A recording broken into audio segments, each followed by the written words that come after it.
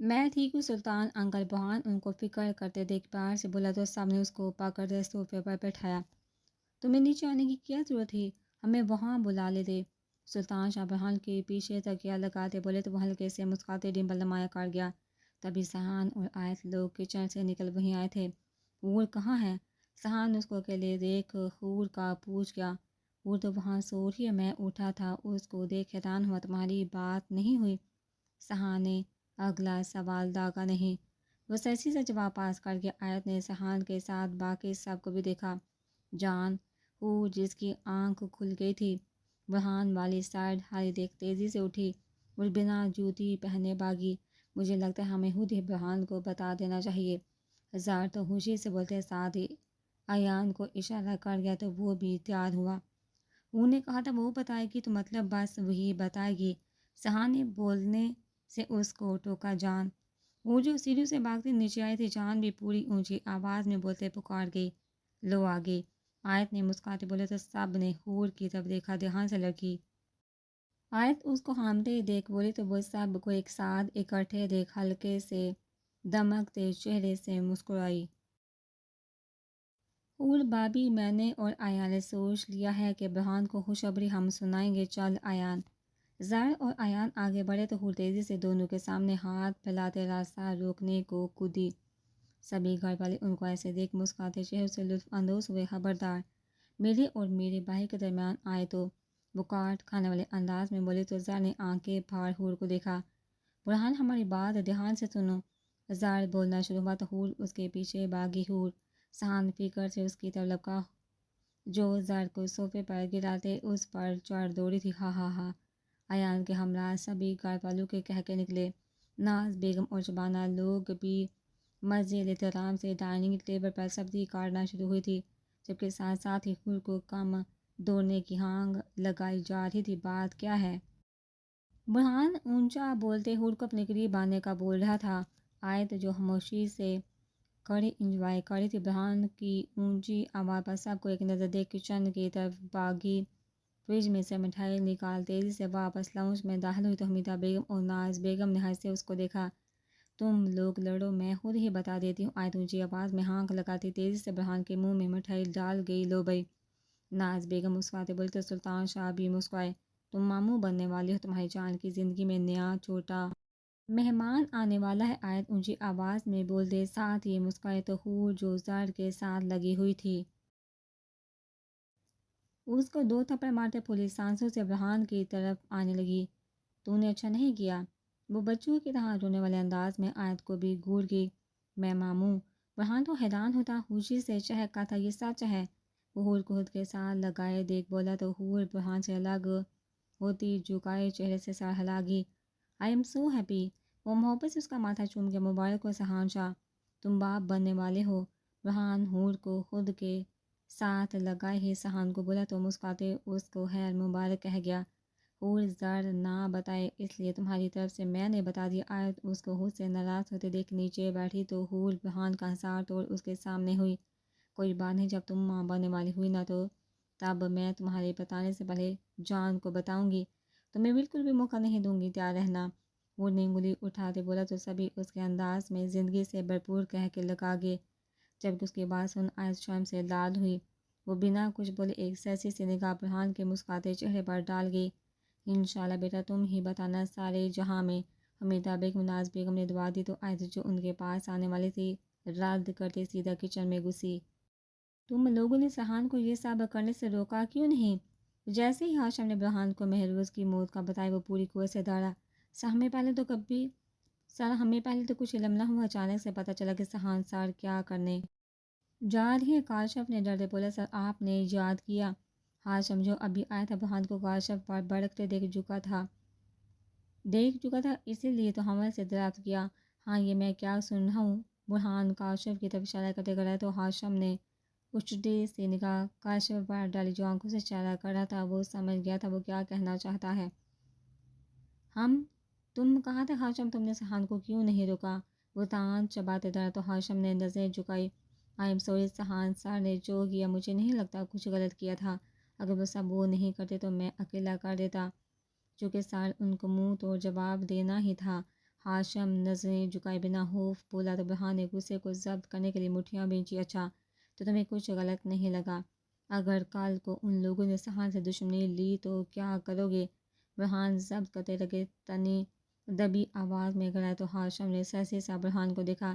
سر آپ نے ہمیں کلاسز دی ہیں، ڈونٹ وری، میں نے بہت عقل سے کام لیا ہے.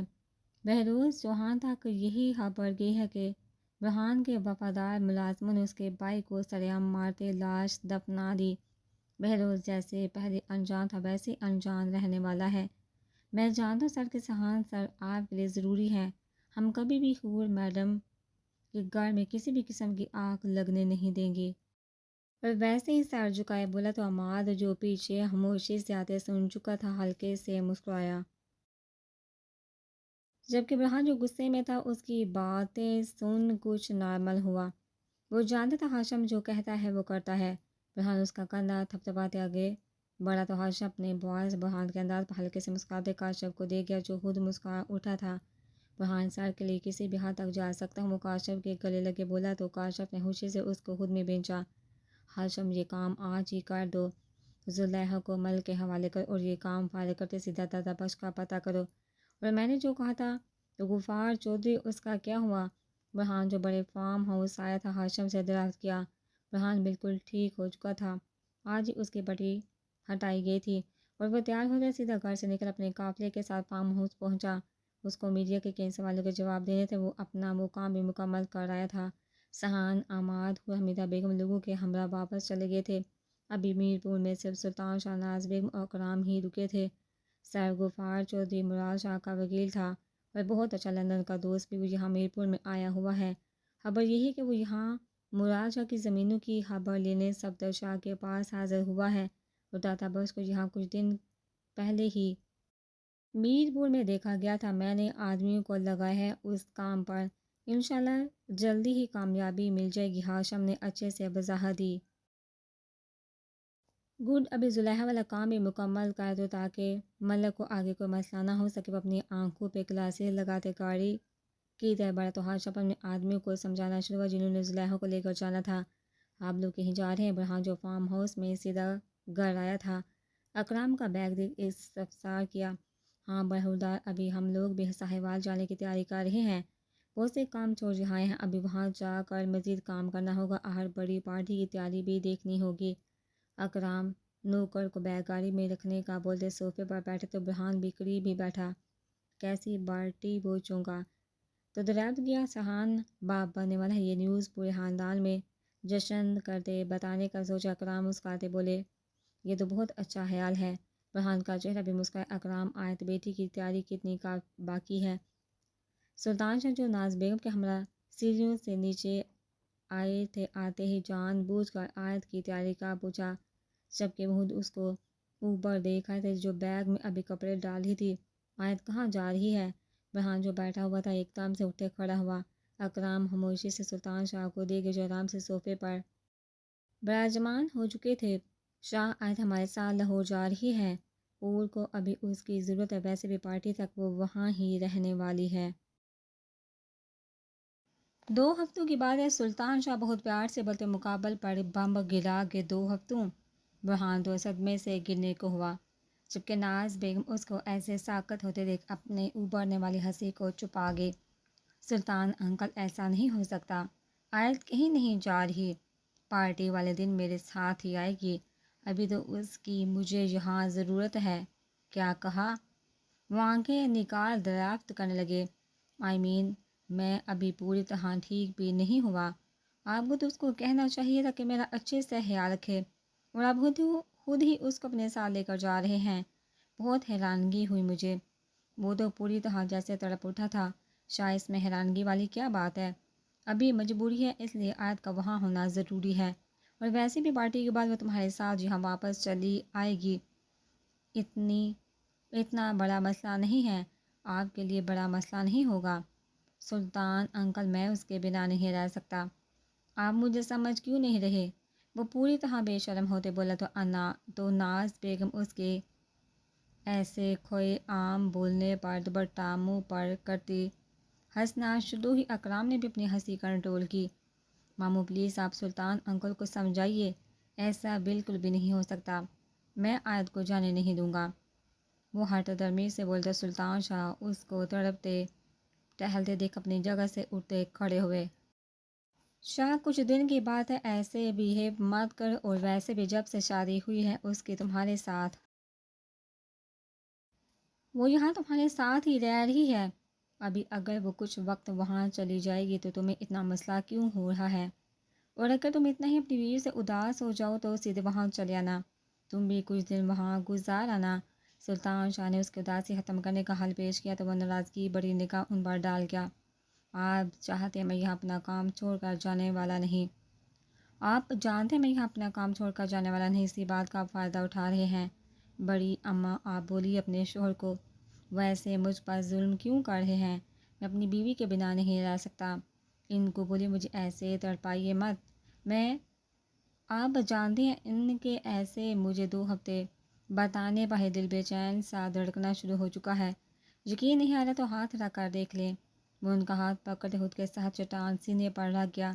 ضدی میرے پیارے شاہ، اگر بیوی سے اتنی ہی محبت جاگ رہی ہے تو کچھ دنوں کے لیے تم بھی یہ ماحول چھوڑ وہاں چلے آؤ۔ بیٹا حور بہت نادان ہے، وہ ماں بننے والی ہے، اس کا خیال کسی کو تو رکھنا ہوگا، میں تو بیمار رہتی ہوں، بس اسی لیے آیت کو لے کے جا رہی ہوں۔ ناز بیگم نے بھی خوب ایکٹنگ کی تو سلطان شاہ اپنی بیگم کی اداکاری دیکھ ہلکے سے لب پر خوشی پھیلا گئے۔ اگر یہی بات تھی تو خود کو یہاں میرے پاس چھوڑ دینا تھا، میں اچھے سے اس کا خیال رکھ لیتا، اور پارٹی تو یہاں بھی کاٹ سکتے تھے۔ برہان جو ان کے قریب بیٹھا تھا اٹھ کھڑا ہوا، جبکہ پھر سے سلطان شاہ کی طرف دیکھا۔ سلطان انکل، آپ اپنے اس شہزادے پر ظلم کی انتہا کر رہے ہیں، آپ میری بیوی کو جان بوجھ کر چھین کر لے کے جا رہے ہیں شاہ۔ سلطان شاہ اپنی جگہ سے کھڑے ہوئے تو برہان نے بھرپور امید لیے ان کو دیکھا۔ دیکھو شاہ، ابھی کچھ دیر بعد بیٹا ہم لوگ چلے جائیں گے، اگر بیوی سے تھوڑی دیر کوئی بات کرنا چاہتے ہو یا اس کو جی بھر کر دیکھنا چاہتے ہو تو دیکھ لو، پھر نہ شکوا کرنا۔ سلطان شاہ کے الفاظ سن برہان تو ساکت ہی رہ گیا۔ آپ کا آخری فیصلہ ہے؟ وہ سپاٹ ہوا، ہاں جی۔ سلطان شاہ نے بھی جواب دیتے اس کو لاجواب کیا، دیکھ لوں گا۔ وہ لاؤنج سے نکلتے انگلی اٹھاتے بولا تو سبھی کے چہرے مسکرائے۔ میں بالکل بھی پارٹی میں آنے والا نہیں، اور میں آپ سب سے ناراض ہونے والا ہوں، ابھی بھی ٹائم ہے، رحم کھا لیں مجھ پر۔ وہ پھر سے واپس آیا تھا۔ شاہ سلطان شاہ برہان کو واپس آتے دیکھ آنکھیں نکال کے تو وہ بھی ایک گوری بڑی نگاہ سب پر ڈالتے جانے کے لیے مڑا۔ شاہ اب کیا اکرام نے اس کو متوجہ کروایا تھا، وہ امید لیے ان کی طرف لپکا۔ تم بھی کیا یاد کرو گے، ہم تمہیں ایک موقع دیتے ہیں، تم ابھی آج سے بولو کہ وہ مجھے جانے، اپنے باپ کو آ کر بول دے کہ وہ جانا نہیں چاہتی، وعدہ اگر آج نے ہمیں چھوڑ تمہارے پاس رکنے کا بول دیا تو ہم بھائی صاحب کو چپ چاپ اپنے ساتھ لے جائیں گے۔ اکرام نے حال بتایا تھا یا اس کو مزید شرمندہ کرنا چاہتا، وہ بالکل بھی سمجھ نہیں پایا تھا، مگر ان کے ایسے مقابلہ کرنے پر وہ ہلکے سے مسکرایا۔ وہ آپ کے فیصلے پر کبھی بھی منع نہیں کرے گی ماموں۔ کیوں؟ آپ میرا صبر آزما رہے ہیں؟ وہ دھیمے سے بولتے آرام سے کیا تو اکرام ہلکے سے مسکرا دیے۔ کیا سوچ رہے ہیں شاہ سائن؟ ناز بیگم جو اپنے شوہر کو دیکھ رہی جو تھوڑا سا اداس ہو چکے تھے، کیا سوچوں گا؟ برہان شاہ کو جب بھی دیکھتا ہوں مجھے یہ مراد کی یاد میں ڈال دیتا ہے، بس مجھے وہ یاد آ گیا جب ایک بار ہم لوگ جنت کو اپنے ساتھ لے گئے تو اس نے بھی ایسے ہی دھمکیاں لگاتے اپنی ناراضگی بتائی تھی۔ سلطان شاہ ماضی کا خوبصورت وقت یاد کرتے مسکرا تو اکرام بھی سن ہلکی سی مسکان چہرے پر پھیلا گئے۔ ٹھیک کہا شاہ سائیں، تب اس نے بھی ایسے ہی گرد سر پر اٹھا لیا تھا۔ جانے کیوں دل بار بار برہان کو دیکھ مراد شاہ کہنے کا دل کرتا ہے۔ ناز بیگم کی آنکھیں بڑی تو سلطان شاہ اور اکرام بھی اداس ہوئے۔ جیسے ہی وہ روم میں آیا، وہ سامنے ہی بیڈ پر بیگ میں کپڑے ڈالتے مصروف سی نظر آئی۔ وہ غصے سے آگ بگولا ہوتے لمبے لمبے قدم اٹھاتے اس کے قریب آیا۔ کیسی بیوی ہو تم، یہاں میرا دل بیٹھا جا رہا ہے اور تم مزے سے اپنی پیکنگ کر رہی ہو۔ وہ چیخنے والے انداز میں گڑاتے اس کے کپڑوں کو بیگ سے نکال بیڈ پر اچھال پھینکے آیت جو اپنے دھیان میں لگی ہوتی اس کے ایسے بھڑکنے پر حیران سی منہ پر ہاتھ رکھ گئی جیسے اس کو بالکل بھی برہان سے اس کی امید نہ تھی، ایسے کیا گور ہی ہو۔ وہ جو غصے سے لال ہو چکا تھا ضبط کرتے اس کو بازو سے دبوتے خود کے قریب تر کیا۔ گور یہ رہی ہوں کہ تم ایسے بھی بھڑک سکتے ہو، میں نے کتنی مشکل سے سب کپڑوں کو، تمہیں ابھی بھی ان کپڑوں کی پڑی ہے؟ اس سپاٹ ہوتے ڈالا تو آیت اس کے ماتھے پر بل پڑتے دیکھ سہمی، جبکہ ایک بار ڈور کی طرف دیکھا۔ موادا کہیں اس کے بعد سن کوئی آ ہی نہ جائے۔ آہستہ بولو، میں کون سا اپنی خوشی سے جا رہی ہوں؟ پاپا نے کہا تو بس میں انکار نہیں کاٹ سکتی۔ وہ خود کو مقابل کے حصار سے آزاد کرنے کی کوشش کرتی منمنائی تو وہ اس کو ایک دم سے چھوڑ گیا۔ آیت واپس سے بیگ میں کپڑے ڈالنا شروع ہوئی تھی۔ وہ خاموشی سے صوفے پر گرنے والے انداز میں گرا۔ آیت نے اشدی سے نگاہ اس پر دوڑائی۔ وہ نیلی لال ہوتی آنکھیں اس پر ہی گاڑے ہوئے تھا۔ ایسے گور کیوں رہے ہو؟ چند دنوں کی بات ہے، تمہارے ساتھ واپس آ جاؤں گی۔ آیت جو بیگ کو بند کرنا شروع ہوئی تھی، ساتھ ہی بولتے بولتے اس کو سمجھایا، میں اب تو بالکل بھی پارٹی میں آنے والا نہیں۔ تم خود جا رہی ہو تو خود ہی واپس آنا ہوگا۔ اور ایک بات۔ وہ غصے سے رگے تنے دو سے چار لمبے قدم اٹھاتے اس کے سر پر نازل ہوا، جبکہ اس بار کمر میں ہاتھ ڈالتے اس کو خود کے بے حد قریب کیا کہ آیت پل بھر کے لیے جیسے مدہوش ہونے کو ہوئی۔ کان کھول کر سنو، تم 2 دن بعد واپس آ رہی ہو، جیسے بھی مرضی بس تم آ رہی ہو۔ اگر چاہتی ہو کہ میں پارٹی میں جاؤں تو تمہیں واپس آنا ہوگا۔ وہ اس کو کہتے اس کو ساکت کر گیا۔ وہ بے یقینی سے اس کو دیکھ رہی تھی۔ ایسے کیسے ہو سکتا ہے؟ اگر 2 دن بعد ہی واپس آنا ہے تو ابھی جانے کا کوئی فائدہ ہی نہیں۔ میں حور کے لیے جا رہی ہوں۔ تمہیں تو خوش ہونا چاہیے کہ تمہاری جان آئے۔ تو وہ لپکتے اس کو اب کے محبت سے حصار میں بڑھ گیا۔ یہ دل بے چین ہے۔ وہ اس کا نازک سا ہاتھ اپنے دل پر رکھ بولا تو آئے تو اس کے دل کی دھڑکنیں سن خود کی دھڑکنیں تیز کر گئی۔ مت جاؤ، ویسے ہی اتنا تڑپ سکتا ہے آیت کو ٹوٹ کر جیسے اپنے شوہر پر پیار آیا۔ جانتی ہو ماموں نے کیا کہا؟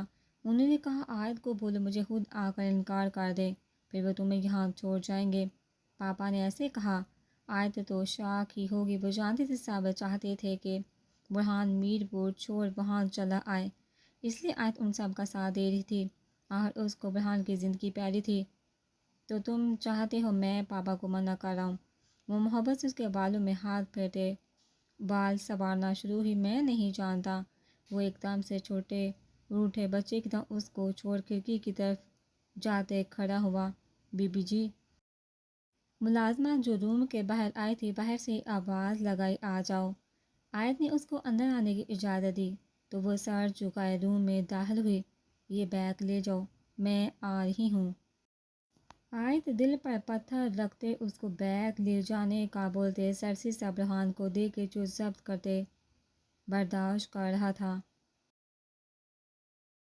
آیت نے اپنا دوپٹہ اتارا تھا اور بیڈ پر رکھتے گون اٹھاتے پہننا شروع کیا۔ برہان نے ایک بار بھی اس کی طرف نہیں دیکھا تھا۔